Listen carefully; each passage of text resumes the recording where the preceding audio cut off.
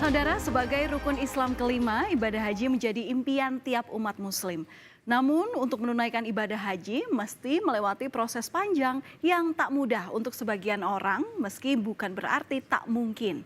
Dengan biaya haji reguler yang juga meningkat tiap tahunnya, jemaah haji khususnya asal Indonesia butuh waktu yang cukup lama sebelum akhirnya bisa berangkat ke Mekah. Satu persatu tahapan ibadah haji telah selesai dilakukan oleh jemaah haji.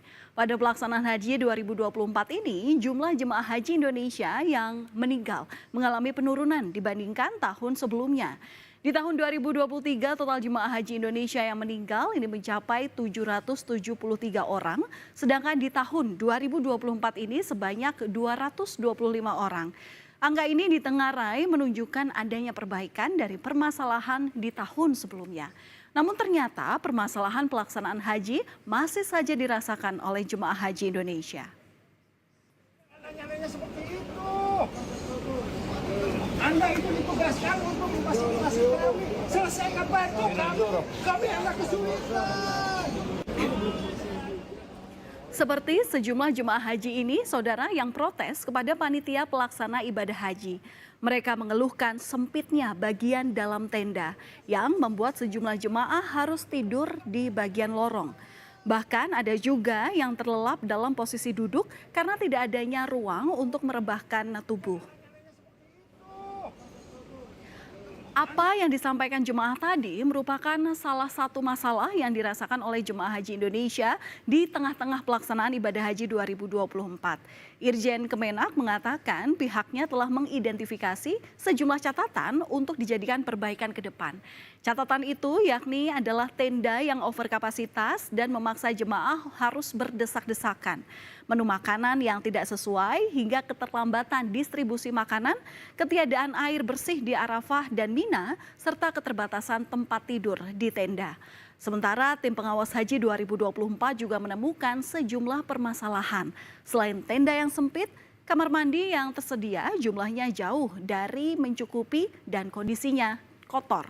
Hal ini membuat jemaah harus antri cukup lama jika akan menggunakan kamar mandi. Dan seperti inilah saudara kondisi jemaah haji yang terpaksa tidur di area lorong karena tenda di Mina overkapasitas.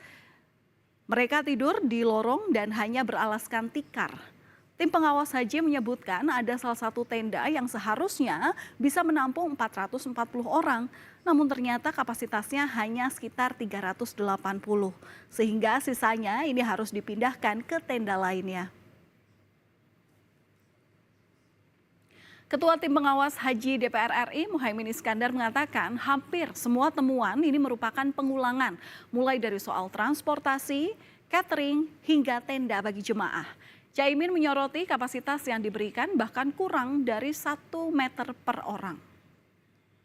Satu orang cuma 0,8 meter. Sentimeter. 8 meter persegi, artinya 1 meter nggak nyampe. Mana bisa tidur, akhirnya tidur di lorong. Ini tidak boleh terulang. Yang kedua, ada tenda yang berlebihan, luas, leluasa. Ini nggak adil, cara pembagian yang salah. Karena itu, ke depan tiap tenda harus ukuran per orang per nama, kayak di hotel. Kemudian rasio kamar mandi. Rasio kamar mandi nggak imbang. Mengantri sampai 2 jam, ada yang pingsan. Kemudian kebersihan tidak terjaga. Petugas penyelenggara ibadah haji atau PPIH merespons temuan tim pengawas DPR RI soal tenda di Mina yang sempit kondisinya. Menurut Kasatgas Mina, sempitnya tenda di Mina ini karena banyak jemaah yang tidak pulang setelah melakukan lempar jumroh. Pihaknya juga telah membuka tenda cadangan yang digunakan untuk menyimpan barang. Sementara itu, Menteri Agama Yakut Khalil Qumas bilang bahwa pihaknya ini akan mengevaluasi secara menyeluruh terkait penyelenggaraan haji di tahun 2024.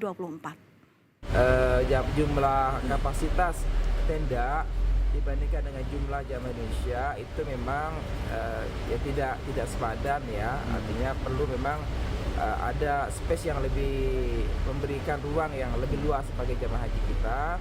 karena efek daripada penambahan kuota. Kita menegur pihak maktab untuk mengosongkan gudang-gudang penampungan daripada kebutuhan maktab untuk dijadikan kemah tempat tinggal jamaah Indonesia.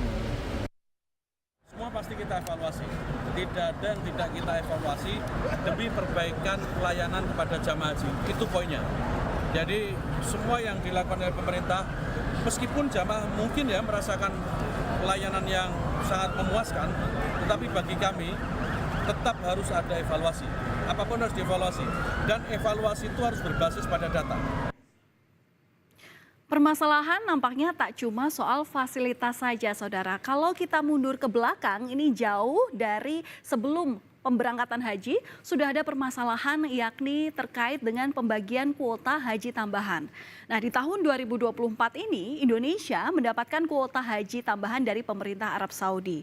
Kemenak mengeluarkan peraturan Menteri Agama bahwa 50% atau setengah kuota tambahan diberikan ke haji khusus, yakni 10.000 haji reguler dan 10.000 haji khusus. Padahal dalam Undang-Undang Nomor 8 Tahun 2019 terkait penyelenggaraan ibadah haji dan umroh, kuota haji khusus ditetapkan sebesar 8% dari kuota haji Indonesia.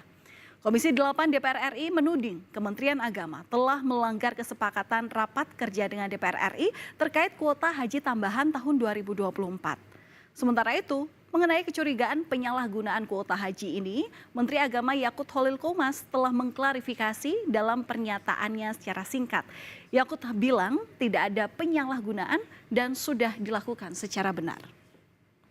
Kita lakukan teguran ya pada waktu kita masuk rapat kerja RDP dengan Dirjen Haji, dan Pak John Kennedy itu juga terang keras bahwa sampai di YouTube-nya itu begitu kan. Itu teguran keras pada Menteri Agama karena kita tidak rela ya terhadap para jamaah haji ini yang daftar tunggu sampai 45 tahun ya, itu dipangkas 10.000 ya untuk haji khusus. Artinya ini kan haji masuk hanya untuk punya mereka yang punya uang kan begitu. Nanti Pak Dirjen yang akan menjelaskan. Jadi tidak ada penyalahgunaan kuota tambahan. Itu prinsipnya. Kami tidak menyalahgunakan dan insya Allah kami jalankan amanah ini sebaik-baiknya. Demi penyelenggaraan haji yang semakin baik, hampir semua fraksi yang tergabung dalam tim Was Haji DPR RI setuju untuk membentuk panitia khusus atau pansus haji. Pansus haji ini dinilai perlu dibentuk guna membenahi penyelenggaraan haji di tahun yang akan datang dan bukan untuk menyudutkan ataupun menjatuhkan seseorang atau pihak tertentu. Hal ini melihat dari hasil pengamatan dari tim pengawas selama penyelenggaraan haji di tahun ini yang masih ditemukannya sejumlah kekurangan dan harus diperbaiki. Dengan beberapa teman fraksi yang di sini 9 fraksi yang di DPR RI, yaitu perlunya ada untuk dilakukan pansus ya. Pansus ini tidak ada niatan untuk menjatuhkan siapapun, tapi ini adalah untuk evaluasi untuk perbaikan ke depan. Kita tahu, saudara, bahwa kuota haji yang sangat terbatas ini membuat orang berbondong-bondong melakukan berbagai cara untuk bisa berangkat haji, bahkan sampai menempuh cara yang ilegal. Aparat keamanan Arab Saudi gencar melakukan razia ke hotel-hotel yang diduga ditempati oleh jemaah haji ilegal. Aparat keamanan Arab Saudi juga sering menggerebek hotel yang ditempati oleh jemaah haji ilegal, termasuk jemaah haji ilegal asal Indonesia. Sejak awal tahun hingga Mei 2024 sudah ada 3.500 warga negara Indonesia yang dideportasi karena pelanggaran keimigrasian. Salah satunya ya ini terkait penggunaan visa haji ilegal. Nah, jadi adanya penangkapan itu bisa, kami belum memiliki data pastinya, tapi itu bisa menjadi sebuah kebenaran karena memang belum lama ini media Saudi melansir sebuah berita ada 300.000 orang dikeluarkan dari Mekah. Dikeluarkan dari Mekah, dari jumlah itu lebih dari separuhnya adalah warga negara Saudi dan sisanya warga negara asing. Jadi namun dalam proses pemulangannya nanti tetap imigrasi pasti akan menghubungi kami dan untuk mengurus yang namanya surat perjalanan laksana paspor. Nah, disitulah kita bisa tahu dan angka deportasi kita cukup besar juga sampai saat ini. Kuota yang terbatas ini membuat antrian haji reguler di Indonesia sangat panjang. Hal ini membuat banyak jemaah haji Indonesia yang berangkat ke Tanah Suci adalah mereka yang masuk dalam kategori orang lanjut usia. Salah satunya yakni Makrus, anggota jemaah haji asal Kecamatan Kanigoro, Blitar, Jawa Timur. Dia untuk bisa berangkat haji ini harus menabung selama 12 tahun. Meski telah berusia 97 tahun, ia tetap menjaga kesehatan tubuhnya sebelum bisa berangkat haji. Kini banyak pihak yang berharap antrian keberangkatan haji dari Indonesia bisa lebih cepat. Olahraga klone miyambaki lho Mas. Sejene lari-lari terus perkembangan silat napa perlu kula praktekne. Badan sehat tapi antarane peninggal kali pemireng. Nggih. Harusan operasi kata. Jane tukokne Alat bantu dengar. alat pendengar tapi ora cocok wis lek kula kan ngguwak. Untuk bisa naik haji, tentu jemaah membutuhkan biaya yang tak sedikit. Dari tahun ke tahun, kita tahu terjadi peningkatan, saudara.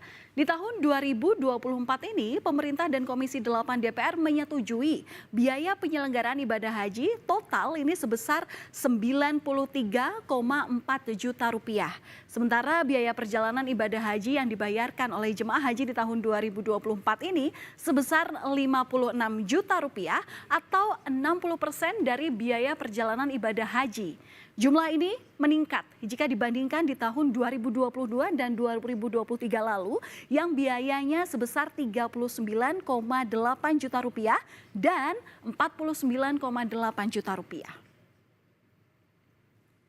Terus adanya peningkatan biaya haji dari tahun ke tahun membuat warga harus berusaha keras menabung.